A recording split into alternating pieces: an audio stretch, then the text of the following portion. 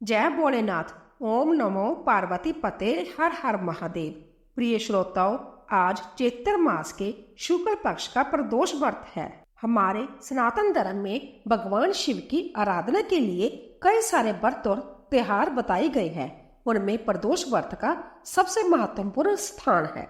जब प्रदोष व्रत सोमवार के दिन आता है तब इसे सोम प्रदोष व्रत कहते हैं और यह व्रत भगवान शिव और माता पार्वती जी को अत्यंत प्रिय है। धार्मिक मान्यताओं के अनुसार जो भी भक्त श्रद्धा और भक्ति भाव से सोम प्रदोष व्रत रखकर संध्या के समय प्रदोष काल में भगवान शिव का पूजन करता है, प्रदोष व्रत की कथा सुनता है, उसके जीवन के सभी दुख कष्ट और बाधाएं दूर हो जाती है। भगवान की कृपा से मनुष्य के पापों का नाश होता है और उसे मन चाहा वरदान भी प्राप्त होता है। कहा जाता है कि प्रदोष काल में समय भगवान शिव कैलाश पर्वत से अपने भक्तों पर कृपा दृष्टि डालते हैं और जो भक्त इस समय उनका स्मरण करते हैं उसकी हर मनोकामना पूर्ण होती है। तो आइए अब हम सभी श्रद्धा और भक्ति भाव के साथ सुनते हैं सोम प्रदोष व्रत की पावन कथा, जिसे सुनने मात्र से भगवान शिव की कृपा प्राप्त होती है। कथा सुनते समय अपने हाथ में सफेद पुष्प और अक्षत रखने चाहिए। कथा की समाप्ति के बाद श्रद्धा और विश्वास के साथ यह अक्षत और पुष्प भगवान शिव के चरणों में अर्पित कर देने चाहिए। पुरानी कथा के अनुसार एक बार एक नगर में एक ब्राह्मणी रहा करती थी। उसके पति का स्वर्गवास हो गया था। अब उसका सहारा उसका इकलौता पुत्र ही था, जिसके साथ वह सुबह से ही भिक्षा मांगने के लिए निकल पड़ती थी। इस तरह दिन भर भिक्षा में मिले हुए अन्न से ही वह अपना और अपने पुत्र का पेट पालती थी। एक दिन घर वापिस आते समय ब्राह्मणी को एक बालक घायल अवस्था में मिला। ब्राह्मणी को उस पर दया आ गई और उसे वह अपने घर ले आई। वह लड़का विंदर्भ देश का राजकुमार था। शत्रु सैनिकों ने उसके राज्य पर आक्रमण कर लिया था और उसके पिता को बंदी बनाकर उसके राज्य पर अधिकार कर लिया था। इसीलिए वह बालक मारा मारा फिर रहा था। राजकुमार अब ब्राह्मणी और उसके पुत्र के साथ उनके घर में ही रहने लगा और उसके पुत्र की तरह ही पलने और बढ़ने लगा। एक दिन वह ब्राह्मणी अपने पुत्र के साथ राजकुमार को लेकर भिक्षा मांगने के लिए गई हुई थी। वहीं पर अंशुमती नाम की एक गंधर्व कन्या ने राजकुमार को देखा और उस पर मोहित हो गई। अगले दिन वह अपने माता पिता को राजकुमार से मिलवाने के लिए लेकर आई और कुछ ही दिनों के बाद अंशुमती के माता पिता को भगवान शंकर ने स्वप्न में आदेश दिया कि राजकुमार और अंशुमती का विवाह कर दिया जाए। उन्होंने वैसा ही किया। वह विधवा ब्राह्मणी भगवान शिव की परम भक्त थी और सारे प्रदोष व्रत रखा करती थी। उनके प्रदोष व्रत का ही प्रभाव था कि राजकुमार ने गंधर्व राज की सेना की सहायता से विंदर्भ देश से शत्रुओं को भगा दिया और अपने पिता का खोया हुआ राज्य पुण्य प्राप्त कर लिया और सुखपूर्वक जीवन बताने लगा। राजकुमार ने ब्राह्मणी के पुत्र को अपना मंत्री बना लिया। ब्राह्मणी के प्रदोष व्रत के कारण भगवान शंकर की कृपा से जैसे राजकुमार और ब्राह्मणी पुत्र के दिन सुधर गए, वैसे ही भगवान शंकर अपने हर भक्तों पर कृपा बनाए रखते हैं और सबके दिन संवारते हैं। ये थी प्रदोष व्रत की मुख्य कथा। आइए अब भक्तों के जीवन से दुख के अंधेरे को दूर करने वाली एक और कथा का श्रवण करते हैं। एक बार भोलेनाथ और माता पार्वती जी मृत्यु लोक में भ्रमण करने पधारे। दोनों विंदर्भ देश में अमरावती नाम की सुंदर नगरी में जा पहुंचे। यह नगरी सभी प्रकार के सुखों से भरपूर थी। वहां बहुत सुंदर सुंदर शिवजी के मंदिर भी थे। भगवान शंकर देवी पार्वती जी के साथ उन्हीं में से एक मंदिर में निवास करने लगे। एक दिन माता पार्वती ने भोलेनाथ के साथ चौसर खेलने की इच्छा प्रकट की। भगवान शिव ने उनकी बात सुन ली और वे दोनों चौसर खेलने लगे। तभी मंदिर का पुजारी पूजा करने आया। माता पार्वती ने पुजारी से पूछा, पुजारी जी बताओ हम में से कौन जीतेगा? पुजारी जी ने कहा, महादेव ही जीतेंगे। थोड़ी ही देर बाद खेल समाप्त हुआ तो विजय देवी पार्वती जी की हुई। माता पार्वती ने पुजारी जी से पूछा, बताओ पुजारी जी हम में से विजय किसकी हुई? तब पुजारी जी ने महादेव को ही विजय होने की बात बताई। यह सुनकर देवी पार्वती जी को पुजारी जी पर क्रोध आया और उन्हें कोढ़ी होने का श्राप दे दिया। कोढ़ से ग्रस्त पुजारी बहुत दुखी रहने लगा। एक दिन देवलोक की अप्सरा भगवान शिव की पूजा करने के लिए उस शिव मंदिर में आई। पुजारी जी की कोढ़ की अवस्था देखकर दया बाप से पूछताछ करने लगी। तब पुजारी जी ने सारी बात अप्सरा को बता दी। उनमें से एक अप्सरा बोली, आप सभी व्रतों में श्रेष्ठ 16 सोमवार के व्रत करो, इससे शिवजी प्रसन्न होंगे और वह तुम्हारे कष्ट अवश्य दूर करेंगे। पुजारी जी ने इस व्रत की विधि पूछी। तब अप्सराओं ने बताया, सोमवार के दिन व्रत रखो, स्वच्छ वस्त्र धारण करो, संध्या और उपासना के बाद आधा किलो गेहूं का आटा लेकर इसके 3 भाग करो। घी, गुड़, दीप नवेद, पूंगी फल, बेलपत्र, जनेऊ, जोड़ा, चंदन, अक्षत और पुष्प आदि से प्रदोष काल में भगवान शंकर का पूजन करो। 3 भागों में से 1 भाग शिवजी को अर्पण करो, बाकी 2 को शिवजी के प्रसाद के रूप में उपस्थित जन को बांट दो। खुद भी प्रसाद ग्रहण करो। इस तरह 16 सोमवार व्रत करो। 17वें सोमवार को पाव भर की पवित्र आटे की बाटी बनाओ, उसमें घी और गुड़ मिलाकर चूरमा बनाओ, शिवजी को भोग लगाकर उपस्थित भक्तों में बांट दो। इसके बाद परिवार सहित प्रसाद ग्रहण करो, तो इससे सभी मनोरथ पूर्ण हो जाएंगे। ऐसी बात बताकर अप्सराएं चली गई। पुजारी जी ने अप्सराओं की बात विधि अनुसार 16 सोमवार के व्रत किए, जिसके पुण्य प्रताप से भगवान शिव की कृपा और माता पार्वती की दया से पुजारी जी को मुक्त हो गए और आनंद से रहने लगे। कुछ समय के बाद भगवान शिव और देवी पार्वती जी वापिस उसी मंदिर में आए। देवी पार्वती ने पुजारी जी को निरोगी देखकर कारण पूछा तो पुजारी जी ने 16 सोमवार व्रत की महिमा बताई। पार्वती जी भी खुद 16 सोमवार व्रत रखने के लिए तैयार हो गई और इस व्रत को करने से उनके रूठे हुए पुत्र कार्तिकेय जी देवी पार्वती जी के आज्ञाकारी हो गए। कार्तिकेय जी ने जब माता से पूछा कि माता, आपने ऐसा क्या किया जिससे मेरा हृदय परिवर्तन हो गया, तब देवी पार्वती ने 16 सोमवार की कथा उन्हें सुना दी। कार्तिकेय जी ने अपने विशेष मित्र से जो कहीं खो गया था उससे मिलने की कामना में 16 सोमवार के व्रत किए, तो उनका खोया हुआ मित्र उन्हें जल्दी मिल गया। मित्र ने इस आकस्मिक मिलन का कारण पूछा तो कार्तिकेय जी ने उसे 16 सोमवार का व्रत करना बताया। मित्र ने व्रत के विधि विधान पूछा और संध्या के विवाह की मनोकामना से 16 सोमवार के व्रत धारण किए। इसके बाद कार्तिकेय जी का मित्र एक स्वयंवर सभा में गया तो वहां की राजकुमारी ने आकर्षित होकर उसके गले में वरमाला डाल दी और उसे अपना पति स्वीकार कर लिया। तब राजा ने बहुत सारा धन और सामान देकर उसको भेजा। अब वह दोनों सुख से रहने लगे। जब 16 सोमवार के व्रत का उसकी पत्नी को पता लगा तो उसने पुत्र प्राप्ति की कामना से 16 सोमवार के व्रत किए। उसके कुछ समय बाद एक अति सुंदर सुशील और बुद्धिमान पुत्र प्राप्त हुआ। जब वह बड़ा हुआ तो उसने अपनी माँ से 16 सोमवार के व्रत की गाथा सुनी। तब उसने भी राज्य अधिकार प्राप्त करने के लिए 16 सोमवार के व्रत शुरू कर दिए। एक राजा को अपनी कन्या के लिए योग्य पुरुष की खोज थी। राजा ने अपनी कन्या का विवाह उस सुवर्ण संपन्न पुरुष से कर दिया। राजा के कोई पुत्र नहीं था तो उसने अपने दामाद की योग्यता देखकर उसे राजा बना दिया। राजा बनने के बाद भी वह 16 सोमवार के व्रत करता। 17वें सोमवार आने पर उसने अपनी पत्नी से शिवजी की पूजा के लिए मंदिर चलने को कहा तो उसने दासियों से कहकर पूजा की सामग्री तो भिजवा दी, लेकिन खुद नहीं गई। अब इधर राजा ने शिवजी की पूजा समाप्त की तो आकाशवाणी हुई, हे राजा, अपनी रानी को राजमहल से निकाल दे, नहीं तो सर्वनाश हो जाएगा। राज दरबार में आकर सभासदों से विचार विमर्श किया और सर्वनाश के भय से रानी को राजमहल से निकाल दिया गया। अपने दुर्भाग्य को कोसती हुई रानी नगर से बाहर चली गई। दुखी मन से चलते हुए वह एक गांव में जा पहुंची। वहां पर एक बूढ़ी माई थी जो सूद बेचा करती थी।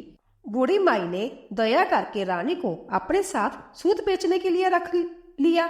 जब से रानी को साथ रखा, बूढ़ी माई का तो सूद बिकना ही बंद हो गया। बूढ़ी माई ने रानी से वहां से जाने को कह दिया। अब रानी एक तेली के जहां काम मांगने गई।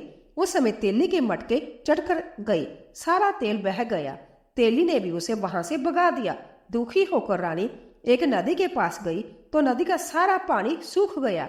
वह एक पेड़ के नीचे बैठी तो पेड़ के सारे पत्ते सूख कर गिर गए। आसपास के लोगों ने जब यह सब कुछ देखा तो उसे पकड़कर मंदिर के पुजारी गुसाई जी के पास ले गए। गुसाई जी देखते ही जान गए कि यह कोई विधि की मारी कुलीन स्त्री है। गोसाई जी ने रानी से कहा कि वह उनके आश्रम में उनकी पुत्री की तरह रह सकती है। अब रानी आश्रम में रहने लगी। रानी भोजन बनाती थी तो उसमें कीड़े पड़ जाते थे, पानी भरकर लाती तो वह गंदा हो जाता था। अब तो गुसाई जी ने एक दिन दुखी होकर उससे पूछा कि बेटी, तुम्हारी यह दशा कैसे हुई? यह किस देवता का कोप है? तब रानी ने शिव जी की पूजा में ना जाने वाली बात गुसाई जी को बताई। तो गुसाई जी बोले, पुत्री, तुम 16 सोमवार के व्रत करो, इससे तुम अपने सभी कष्टों से मुक्ति पा सकती हो। गुसाई जी की बात मानकर रानी ने 16 सोमवार के व्रत किए। 17वें सोमवार के दिन विधि विधान से शिवजी की पूजा भी की। पूजन के प्रभाव से राजा को इधर महल में रानी की जात सताने लगी और रानी को ढूंढने के लिए उसने चारों दिशाओं में अपने दूत भेज दिए। रानी की खोज में घूमते घूमते दूत गुसाई जी के आश्रम में भी पहुंच गए। राजा को खबर लगी तो राजा रानी को ले जाने आश्रम पहुंच गया। गुसाई जी से बोला, यह मेरी पत्नी है। शिवजी के क्रोध के कारण मैंने इसे महल से निकाल दिया था। अब जब शिवजी का प्रकोप शांत हो चुका है तो इसे मेरे साथ जाने की आज्ञा दीजिए। गुसाई जी ने रानी को राजा के साथ जाने की आज्ञा दे दी। रानी बहुत प्रसन्न हुई। राजा और रानी के आने की खुशी में नगरवासियों ने खूब सजावट की, मंगल गीत गाए, पंडितों ने मंत्र आदि गाकर स्वागत किया। इस तरह धूमधाम से रानी का महल में प्रवेश हुआ। राजा ने ब्राह्मणों को दान आदि दिए, जाचकों को धन धान्य दिया, जगह जगह भूखे लोगों को भोजन खिलाने के लिए भंडारे खुलवाए। राजा रानी 16 सोमवार के व्रत करते हुए शिवजी का विधि विधान से पूजन करते हुए सुखपूर्वक लंबे समय तक जीवन बिताने के बाद शिवलोक को पधार गई। प्रिय श्रोताओं, आप सभी ने श्रद्धा के साथ अपना समय निकालकर इन कथाओं को सुना, तो आइए अब सभी ग्रहों की कृपा दिलाने वाली नवग्रहों की कथा का भी श्रवण करते हैं। ज्योतिष शास्त्र में नवग्रहों को बहुत ही महत्वपूर्ण माना जाता है, क्योंकि इन्हीं ग्रहों की चाल के कारण सभी राशियों के जीवन पर सकारात्मक या नकारात्मक प्रभाव पड़ते हैं। लेकिन कथा सुनाने से पहले आपको नवग्रहों के माता पिता के बारे में भी बताते हैं कि इन सभी नवग्रहों के माता पिता कौन है। ज्योतिष विज्ञान में ग्रह और उनकी दशा का विशेष महत्व है। यह सभी नवग्रह किसी न किसी क्षेत्र जैसे शिक्षा, ज्ञान, धन, लाभ, हानि इनका प्रतिनिधित्व करते हैं। सबसे पहले ग्रह की बात करते हैं सूर्य। सूर्यदेव के पिता का नाम कच्छप है और इनकी माता अदिति है।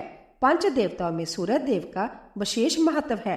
इनकी 2 पत्नियां हैं जिनका नाम संध्या और छाया है। शनिदेव भगवान सूर्य के पुत्र है और जमराज और देवी जमुना भी इनकी संतान है। दूसरे ग्रह है चंद्र ग्रह। चंद्रदेव महर्षि अत्रि के पुत्र है और उनकी माता का नाम अनुसुईया है। शास्त्रों के अनुसार चंद्रदेव की 27 पत्नियां हैं जो 27 नक्षत्रों का प्रतिनिधित्व करती है। चंद्रदेव बुध ग्रह के पिता है। तीसरे ग्रह है मंगल ग्रह। शास्त्रों में बताया गया है कि मंगल देव के पिता भगवान शिव है और भूदेवी इनकी माता है। मंगल पूरी तरह से ब्रह्मचारी है। मांगलिक दोष का संबंध भी इन्हीं ग्रह से होता है। चौथे ग्रह है बुध ग्रह। बुध देव के पिता चंद्र और देवी तारा इनकी माता का नाम है। बुध देव को समस्त वेद और शास्त्रों का ज्ञान देवगुरु बृहस्पति से प्राप्त हुआ था और इनकी पत्नी का नाम इला है। चंद्र वंश का प्रारंभ भी इन्हीं से हुआ था। चौथे ग्रह है बृहस्पति। देवगुरु बृहस्पति के पिता महर्षि अग्निश है। स्वरूपा इनकी माता का नाम है और इनकी पत्नी का नाम तारा है। महाभारत काल में मुख्य भूमिका निभाने वाले गुरु द्रोणाचार्य इनके पौत्र माने जाते हैं। शास्त्रों में इन्हें देवताओं का गुरु भी बताया गया है। 5वें ग्रह है शुक्र ग्रह। शुक्र देव के पिता भृगु ऋषि है और काव्या माता इनकी माता का नाम है। इन्हें कठिन तप के कारण भगवान शिव से मृत संजीवनी विद्या प्राप्त हुई थी। इनकी पत्नी का नाम जयंती है जिन्हें देवराज इंद्र की पुत्री के रूप में जाना जाता है। 6ठे ग्रह है शनि ग्रह। शनिदेव भगवान सूर्य के पुत्र है और इनकी माता का नाम छाया है। लेकिन शनि का स्वभाव अपने पिता के गुणों से बिल्कुल विपरीत है। शनिदेव कर्मों के अनुसार फल प्रदान करते हैं और इनकी पत्नी का नाम दामिनी है। 7वें ग्रह है। 8वें ग्रह के रूप में राहु और केतु को जाना जाता है जो कि समुद्र मंथन के समय तक अमृत पान करने से पहले तक स्वर भानु था, जिसके पिता का नाम विप्रचित है और माता का नाम सिंहिका है। राहु की 2 पत्नियां हैं जिनका नाम नागवल्ली और नागनी है। इनका वाहन काले अश्व वाला रथ है। वही स्वरवानु दैत्य के दर से केतु उत्पन्न हुए थे, जिनका वाहन चील है। जय तो था सभी नवग्रहों का परिचय। अब सुनिए इन ग्रहों की कहानी। एक बार की बात है, किसी गांव में एक बाई बहन रहते थे। बहन का विवाह हो चुका था, तो एक दिन बाई अपनी बहन से मिलने के लिए उसके ससुराल जा रहा था।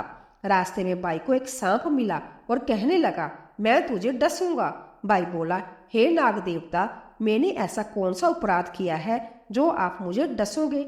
मैं तो अपने माँ बाप का एक ही पुत्र हूँ, बहन का एक ही भाई हूँ। मेरी पत्नी और मेरे बच्चे घर पर मेरा इंतजार कर रहे हैं। आप मुझे क्यों डसना चाहते हो? तब वह सांप बोला, तुम्हारे 9 ग्रहों की दशा लगी है, इसीलिए मैं तुम्हें डस लूंगा। जब सांप किसी भी तरह राजी नहीं हुआ तो वह बोला कि ठीक है, मैं अपनी बहन के घर उससे मिलने जा रहा हूँ। जब मैं वापस आऊंगा तब तुम मुझे डस लेना। सांप बोला, क्या पता तुम वापस आते समय इस रास्ते से आओ या ना आओ, मैं तो तुम्हें अभी डसूंगा। तब वह लड़का बोला कि ठीक है, तुम ऐसा करो, मेरे साथ इस थैले में बैठ जाओ। जब मैं अपनी बहन से मिलकर वापस आऊंगा तब तुम मुझे डस लेना। सांप ने उसकी बात मान ली और थैले में बैठ गया। लड़के ने ऊपर से बेलपत्र ढक दिए ताकि वह किसी को दिखाई ना दे, और फिर अपनी बहन के घर पहुंच गया। बहन उस समय नवग्रहों की कहानी कह रही थी। उसने बाई को आया हुआ देखकर बाई से कहा कि बाई तुम बैठो, तो मैं पहले 9 ग्रहों की कहानी कह लूं। तुम बैठो और मेरी कहानी भी सुनो। बहन ने कहानी कही, बाई ने कहानी सुनी। जीवों की, जानवर की, हाथी की, घोड़े की, कुत्ते की, बिल्ली की, बाई की, बहन की, घर के दने की, बेटी जवाई की, देवरानी जेठानी की, सास ससुर की, संग की, सहेली की, सबके ग्रह शांत हो जाए। घर चले 8 पग, आदमी चले 4 पग, सांप बिच्छू बमरे सब आग में जले। ऐसे बाई को कहानी सुनाकर बहन खड़ी हो गई और बाई के पास रखे थैले को देखकर बाई से बोली, बाई थैले में क्या लाए हो? इससे पहले कि बाई कुछ कहता, उसने वह थैला उठाया और घर के अंदर ले गई। थैला खोल कर देखा तो बेलपत्र, केले और संतरे बन गए और सांप एक चमचमाता हुआ हार बन गया। जब हार पहनकर वह बहन बाहर आई तो बहन के गले में चमचमाता हार देकर भाई बोला, बहन इतना कीमती हार तुम कहाँ से लाई हो? बहन बोली, बाई तुम ही तो लाई हो मेरे लिए। थैले में केले और संतरे के साथ हार भी तो था। बाई ने सुना तो हैरान रह गया और बोला, बहन उसमें हार नहीं बल्कि मेरी मृत्यु का सामान था। ऐसा कहकर उसने सारी बात अपनी बहन को बताई और फिर कहने लगा कि बहन, यह तेरे ही 9 ग्रहों की कहानी का प्रभाव है जो वह सांप हार बन गया। अब यह हार तू ही रख ले। कुछ दिनों के बाद बहन के घर रहने के बाद जब बाई वापस चलने लगा तो बहन बोली, बाई तुम्हारे 9 ग्रहों की दशा लगी है, तुम घर जाकर बापी से कहना कि वह 9 ग्रहों की कहानी कहे। ऐसा कहकर उसने अपने बाई को विदा किया। बाई जब अपने घर पहुंचा और जाकर अपनी पत्नी से बोला कि सुनो, हमारे 9 ग्रहों की दशा लगी है, हम 9 ग्रहों की कहानी रोज कहा करेंगे। मैं कहूंगा और तुम सुनना, तुम कहोगी तो मैं सुनूंगा। फिर बोला, जाओ 1 लोटा जल का भरकर लाओ, साथ में चावल और चीनी के दाने भी लेकर आओ। उसकी पत्नी सारी सामग्री ले आई। कहानी कही, जीव की, जानवरी की, हाथी की, घोड़े की, कुत्ते की, बिल्ली की, देवरानी जेठानी की, सास ससुर की, घर की धनी की, बेटी जवाई की, भाई बहन की, सबके नवग्रह शांत हो जाइयो। घर चले 8 पग, आदमी चले 4 पग, सांप बिच्छू बवरे सब आग में जल जाइयो। सभी 9 ग्रहों को नमस्कार है। जैसे 9 ग्रहों की दशा बाई की उतरी, वैसे इस कहानी को कहते सुनते और हुंकारा भरते सबकी उतरे। सब पर 9 ग्रहों की कृपा बनी रहे। अब सुनिए प्रदोष स्तोत्र पाठ हिंदी में। हे जगन्नाथ, समस्त जगत के स्वामी, हे देव आपकी जय हो। हे शाश्वत शंकर, सर्वदा कल्याण करने वाले, आपकी जय हो। हे समस्त देवताओं के अधिपति, आपकी जय हो। और हे सभी देवता द्वारा पूजित, आपकी जय हो। हे सर्वगुण अतीत, सभी गुणों से परे, आपकी जय हो। हे सर्व वरप्रद, सभी को वरदान देने वाले, आपकी जय हो। हे नित्य निराधार, जो संवेद में स्थित है, आपकी जय हो। हे अविनाशी विशंबरम, आपकी जय हो। हे समस्त विश्व में एकमात्र वंदनीय, आपकी जय हो। हे नागेंद्र भूषण, नागों को आभूषण रूप में धारण करने वाले, आपकी जय हो। हे गौरीपते आपकी जय हो। हे मस्तक पर अर्धचंद्र धारण करने वाले शंभु आपकी जय हो। करोड़ों सूर्य के समान दीप्तिमान आपकी जय हो। अनंत गुणों के आश्रय आपकी जय हो। हे तीन नेत्रों वाले आपकी जय हो। हे अचिंत्य हे निरंजन आपकी जय हो। हे नाथ आपकी जय हो। हे भक्तों की पीड़ा का विनाश करने वाले कृपा सागर आपकी जय हो। हे दुस्तर संसार सागर से पार कराने वाले प्रभु आपकी जय हो। हे महादेव मैं इस संसार में अंतत दुखी हूँ, मुझे अनेक चिंताएं घेरे हुए हैं, मुझ पर कृपा कीजिए। हे परमेश्वर मेरे समस्त पापों का नाश कर मेरी रक्षा कीजिए। हे शंकर मैं दरिद्रता के सागर में डूबा हुआ हूँ, महान पापों से पीड़ित हूँ, अनंत चिंताएं मुझे घेरे हुए हैं, भयंकर रोगों ने मुझे घेर लिया है, ऋण के भार से दबा हुआ हूँ, कर्मों की ज्वाला में जल रहा हूँ और ग्रहों की पीड़ा से व्याकुल हूँ। कृपा करके मुझ पर प्रसन्न हो जाइए। यदि कोई दरिद्र व्यक्ति प्रदोष काल में देवेश्वर गिरिजापति की प्रार्थना करता है तो वह धनी हो जाता है। यदि कोई राजा प्रदोष काल में देवेश्वर भगवान शंकर की आराधना करता है तो वह दीर्घ आयु होता है, सदैव निरोग रहता है, उसके खजाने की वृद्धि होती है और उसकी सेना सुदृढ़ होती है। हे प्रभु आपकी कृपा से मुझे भी नित्य आनंद की प्राप्ति हो, मेरे शत्रु क्षीण हो जाएं, मेरी प्रजा सदा सुखी रहे, चोर और डाकू नष्ट हो जाएं और राष्ट्र में समस्त जन समुदाय संकट मुक्त हो जाए, पृथ्वी पर दुर्भिक्ष महामारी आदि कष्ट समाप्त हो जाए, सभी प्रकार की फसलों में भरपूर उपज हो, दिशाएं सुखदायक हो जाए। इस प्रकार गिरिजापति भगवान शिव की आराधना करनी चाहिए। पूजा के अंत में ब्राह्मणों को भोजन कराना चाहिए, फिर उन्हें यथायोग्य दक्षिणा देकर सम्मानित करना चाहिए। यह पूजा भगवान शिव के लिए कही गई है। वह समस्त पापों का नाश करती है, समस्त रोगों को दूर करती है और सभी इच्छित फलों की प्राप्ति कराती है। बोलिए शिव शंकर भगवान की जय। शिव चालीसा।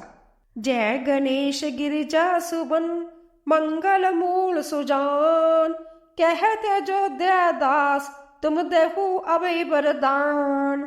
जय गिरजापति दीन दयाला, सदा करत संतन प्रतिबाला।